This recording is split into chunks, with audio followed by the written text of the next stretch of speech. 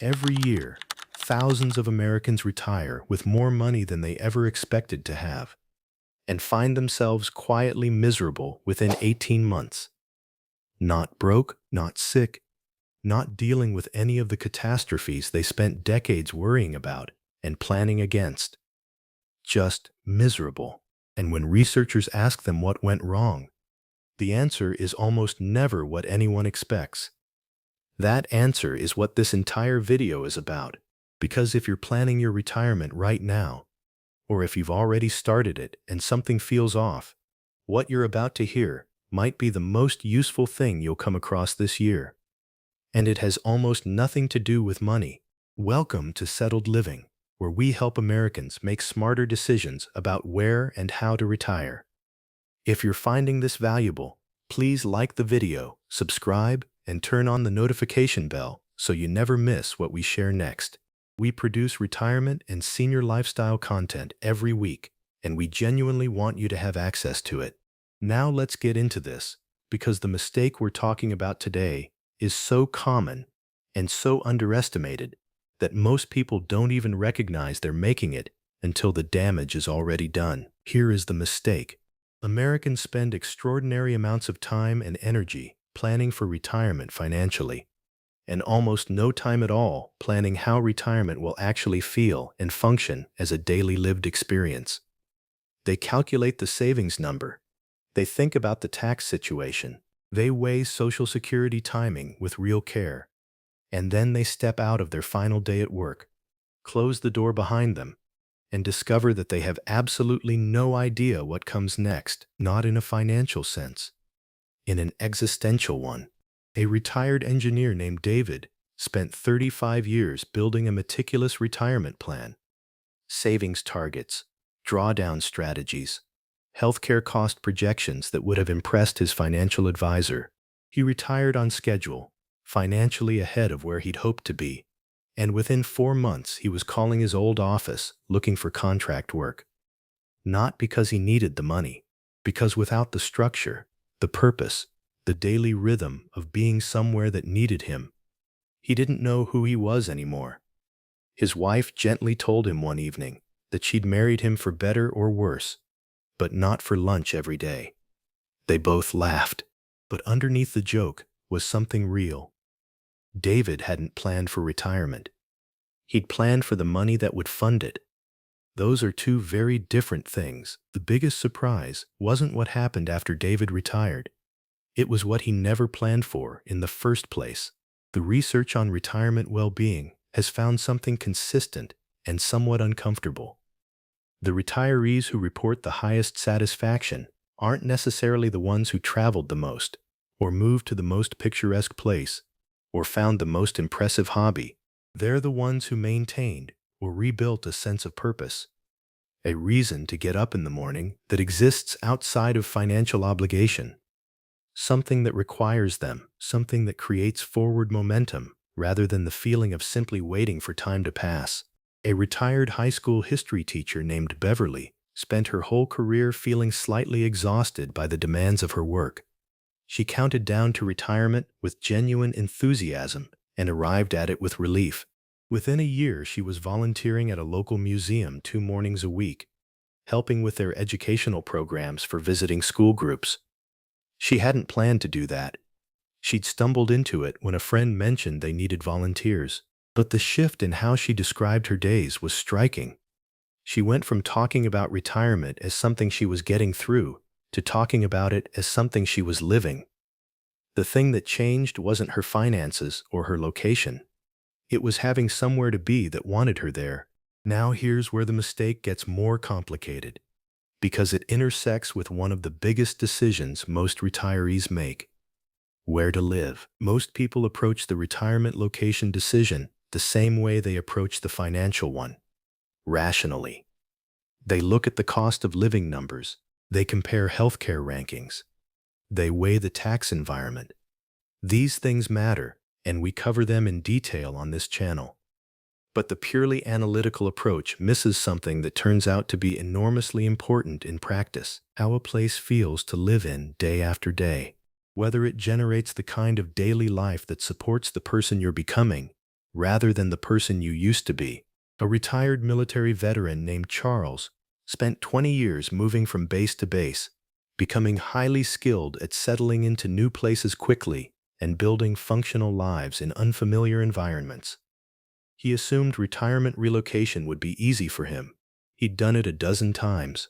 He chose a coastal community in Florida, based entirely on climate, cost projections, and proximity to a VA hospital.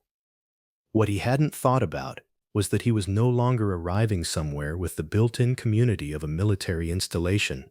He was arriving as one of hundreds of thousands of transplants in a place where almost everyone was also from somewhere else. The community he'd assumed would form around him, the way it always had, simply didn't appear. 2 years in, he described his social life as the thinnest it had been since he was 23 years old. What eventually turned it around for Charles wasn't a different city. It was a different approach within the same city. He found a veterans organization that met weekly, started showing up consistently, and within 6 months had something he recognized: a cohort. People who shared enough context with him that conversation came easily. People who created the casual, recurring contact that researchers now identify as one of the primary drivers of well-being in older adults. There's a name for what Charles was missing and what he eventually found. Social scientists call it ambient belonging. The sense of being embedded in a place and a community rather than simply existing near other people.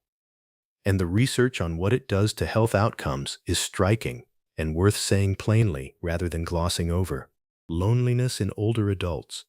Not dramatic isolation, but the quiet, persistent feeling of not quite being woven into the life around you. Carries health risks comparable to smoking 15 cigarettes a day. 15 cigarettes a day. That number comes from research published in peer-reviewed journals and cited by the U.S. Surgeon General as a genuine public health concern. We don't talk about it the way we talk about cholesterol or blood pressure, but the data says we probably should. What do you think is the biggest mistake people make when they retire? We'd genuinely love to hear your answer in the comments. We read every one, and the perspectives this community shares often become the basis for future videos. There's one factor almost nobody considers when they're planning retirement, and it's one that only becomes apparent after the fact: the invisible infrastructure of your current life. The dry cleaner who remembers your preferences, the doctor who has been seeing you for 15 years and knows your history without you having to explain it, the coffee shop where your order is started when you walk through the door, the neighbor whose schedule you know well enough that you'd notice if something was wrong.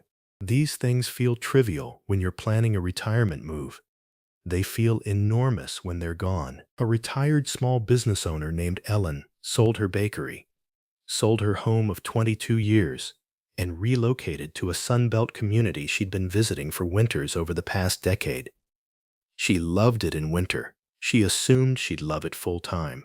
What she discovered was that the version of the place she'd experienced as a visitor, warm and friendly and festive and full of energy, was very different from the version she experienced as a full-time resident during a long, hot summer, when most of her winter neighbors had returned to wherever they actually lived. She described feeling like she'd moved to a town that only existed part of the year. Ellen eventually found her footing, but it took longer than she expected and required more deliberate effort than she'd anticipated. She had to rebuild the invisible infrastructure from scratch.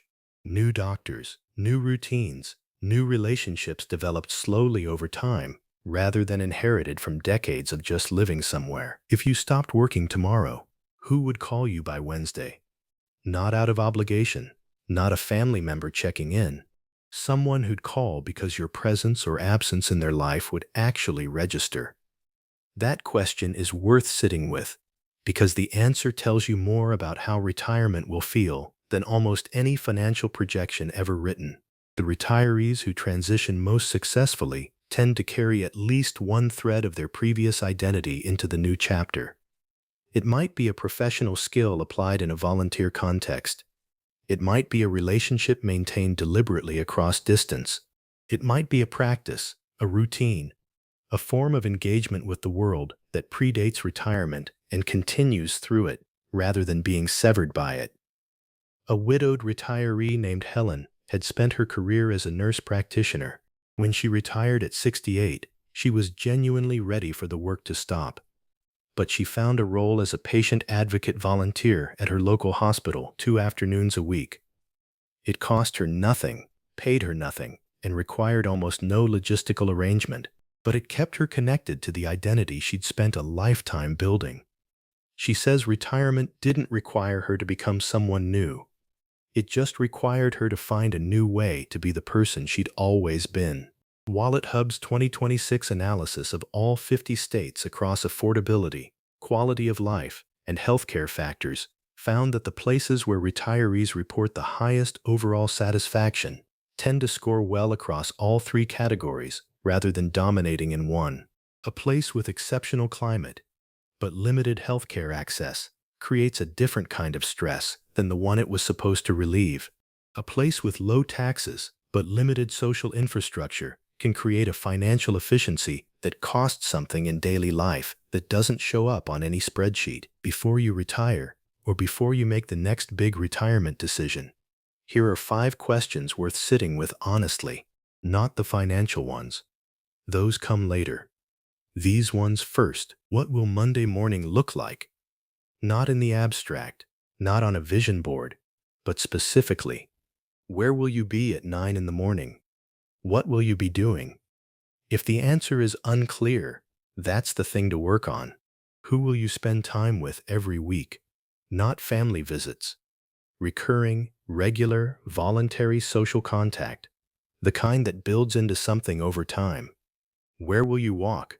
This sounds small. It isn't. A neighborhood you can move through on foot is one that keeps working for you as your needs change. A place with no walkable infrastructure quietly asks more of you than you realize until it's asking too much. Who knows your name? Not as a customer, not as a patient, as a person. If you move tomorrow, who would notice within a week? What purpose will replace your career?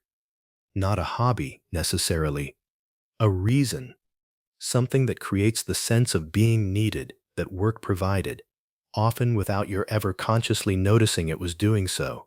Those 5 questions, answered honestly, will tell you more about whether your retirement plan is actually a plan than almost anything else you've done in the financial preparation. And here's proof that getting this right from the beginning is genuinely possible. Not a story of someone correcting a mistake, but of someone who simply never made it in the first place. A retired librarian named Susan spent the final year before retirement doing something that surprised everyone who heard about it. She rented an apartment in the town she was considering, not as a vacation, as a dry run. She wanted to know what February felt like there, not just October. She wanted to know whether she could walk to a grocery store, whether there was a library she'd actually want to spend time in, whether the community center had programs she'd genuinely attend, or just programs that sounded good on a website. Before she unpacked a single moving box in her permanent home, she'd already started volunteering at the local historical society twice a week. She knew 3 of her future neighbors by name before she signed the lease. She had a doctor, a coffee shop she liked, and a Thursday morning routine that felt like hers. 3 years into retirement, Susan says it feels less like an ending and more like the life she'd been slowly building toward all along. She didn't stumble into that. She planned for it with the same care most people reserve for their investment accounts. The difference was she planned for the life, not just the money to fund it. That's the model. That's what it looks like when someone gets this right. The most honest advice that retirement researchers consistently offer is this. Before you decide where to retire, decide what you're actually retiring to, not away from, not the absence of work, but what specific daily life you're building and what specific version of yourself you're trying to become. Then work backward from that picture to find the place that can hold it. At the beginning of this video, we talked about the thousands of Americans who retire financially prepared and find themselves quietly unhappy anyway. The reason, almost always, is that they planned for the numbers and not for the life.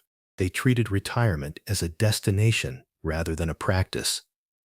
They assumed that the absence of work would be enough, that the freedom itself would provide the structure and meaning that work had previously carried. It almost never does. At least not automatically. But the retirees who figure that out early, who ask the harder questions before the easier ones, who plan for purpose as carefully as they plan for savings, who do what Susan did and build the life before they fully arrive in it, tend to describe their retirement years as the richest of their lives. Not because they have the most money or the best weather or the lowest tax burden, because they know what they're living for, because their ordinary Tuesday feels like something, because they found the place and the life and the version of themselves that fit who they've actually become. Years from now, when you wake up on an ordinary Tuesday, your retirement won't be defined by the size of your savings account. It'll be defined by whether you look forward to the day ahead. That's the retirement worth planning for. If this video gave you something useful to think about, please like it, subscribe, and turn on the notification bell so you never miss another retirement guide from Settled Living. And we'd love to hear from you in the comments. What do you think is the biggest mistake people make when they retire? Your experience and your wisdom could genuinely help someone else avoid a costly detour on the way to the retirement they actually deserve. Thanks for watching, and we'll see you in the next one.